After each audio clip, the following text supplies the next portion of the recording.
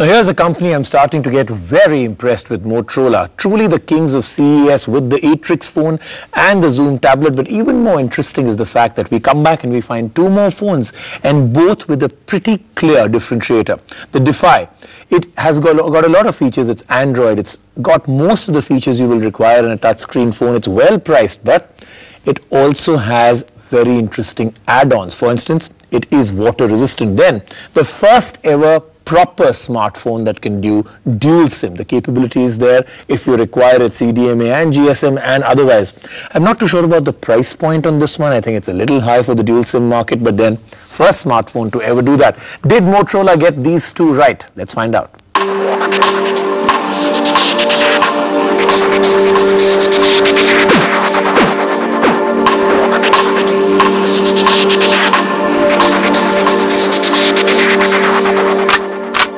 Rugged phones have been into existence for a while, but this category has been largely devoid of smartphones.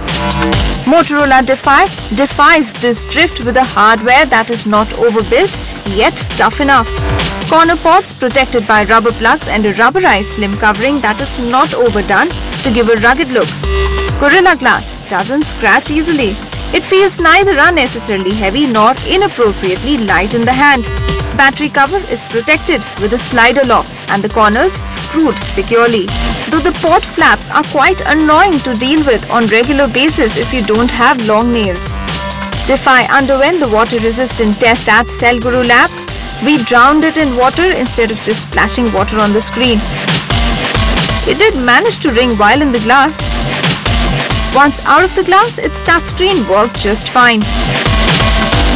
Motorola is among the worst of the major Android manufacturers at staying current.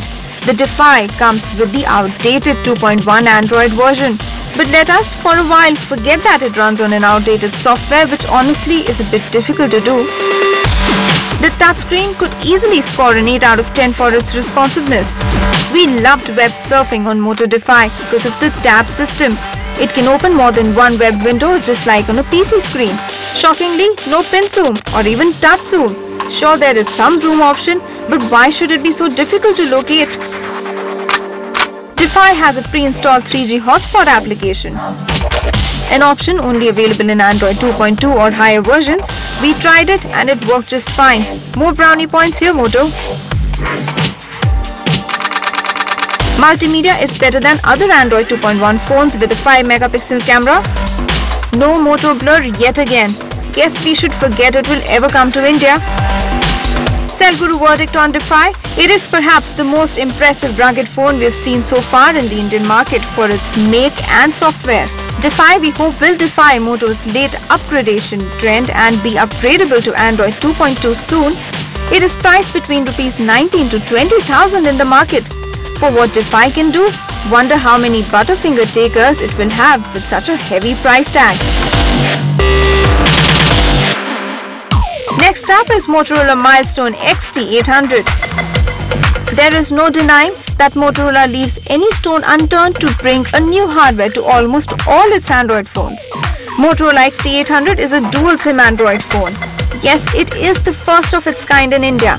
XT 800 was launched in the Chinese market before India, till Moto realized that dual SIM phones sell like hotcakes here too. This one is a good looker, metallic rim and an oval-shaped body. We didn't find it comfortable to hold though, a bit thick we reckon. Screen is fairly big at 3.7 inch and HDMI slot proudly sits alone on one spine. From the outside, there is nothing that will surprise you about XT 800's hardware. It looks like any other high-priced Android phone. But look closely on the screen and here is the dual SIM option. XT 800 can take CDMA and GSM SIM. Contacts and phone dialing options for the dual SIM system is designed plainly. Won't have to flick through unnecessary menus to activate the two SIMs. XT 800 too runs on the older Android 2.1. It comes with a 5-megapixel camera and up to 32 GB of memory space. The dual SIM Android phone can be fetched at Rs 29,000 on the street. This one too seems overpriced, but don't forget it's the only dual SIM Android phone in the Indian market right now. An Android phone that also supports a Symbian. I wish that my phone only becomes my remote Okay. That's the best feature because I keep losing my remote, but my phone is always in my hand. That's the best quality I would like to have. People are trying to create a cross-platform BBM messenger, which could work on Android, iPhone and BlackBerry. So if Android could come out with that, which could let you real-time, real interface usage with BlackBerry and Android, that would be a good feature. I want Android battery to last for a month. I can see